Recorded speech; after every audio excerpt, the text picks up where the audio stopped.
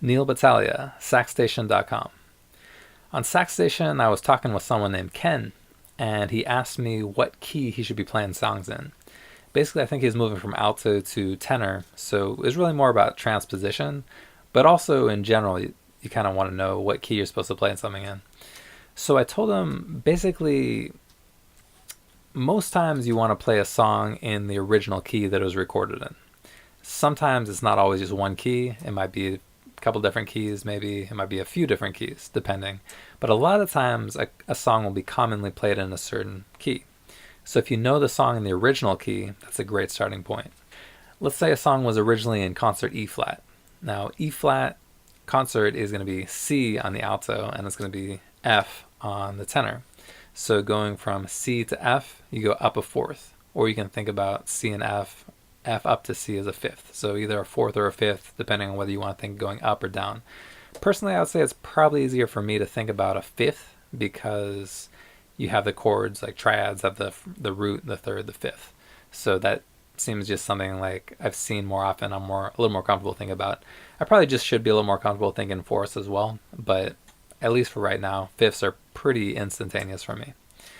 So you can use that kind of rule of going between alto and tenor. But basically, if you learn something on the alto, you kind of, in a sense, you need to learn it in a different key. It's going to sound like the same key. So it's not exactly like you're playing in a different key, but your fingers are in different places. So again, like if you played something that's in concert E flat, you're going to be playing it in C on the alto, you're going to be playing an F on the tenor. So you will be basically kind of playing in a different key, but it's really more your fingers are in different places. It's going to sound the same.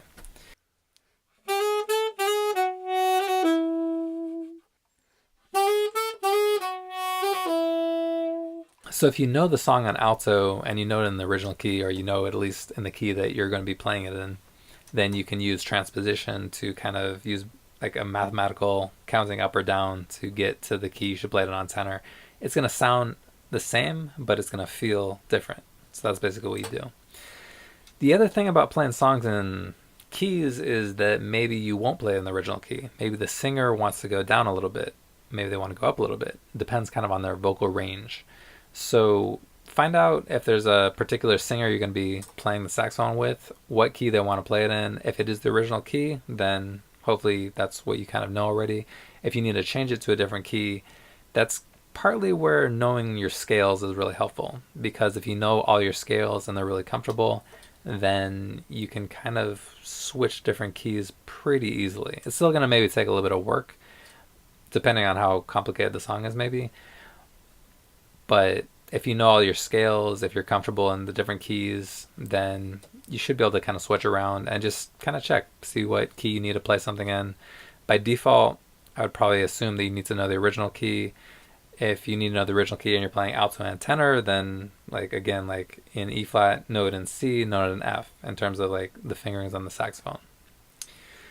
And if you have your own questions about playing the saxophone, you can check out my email list on Saxstation. You can get updates from me. You'll find out about the new videos that I'm making. You can also join the group on Facebook that I made for beginning saxophone players. It's called Beginning Saxophone Players.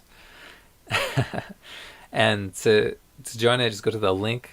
You'll be asked to answer 3 questions. Answer the 3 questions, you'll probably get to join. If you don't answer the 3 questions, you won't get to join. They're not hard questions. They're just asking like how long you've been playing, what do you want to do, pretty basic stuff. But I just want to kind of get an idea of what you're doing. And you can check that out. You can basically submit or post 1 video a week and get a little bit of feedback. Feedback is pretty important when you're learning the saxophone. And if you want to get more help with me, there's classes I've made, there's books that I've written, and you can do like lessons on Skype with me as well. So check it out. Let me know if you have questions, and I'll talk to you later.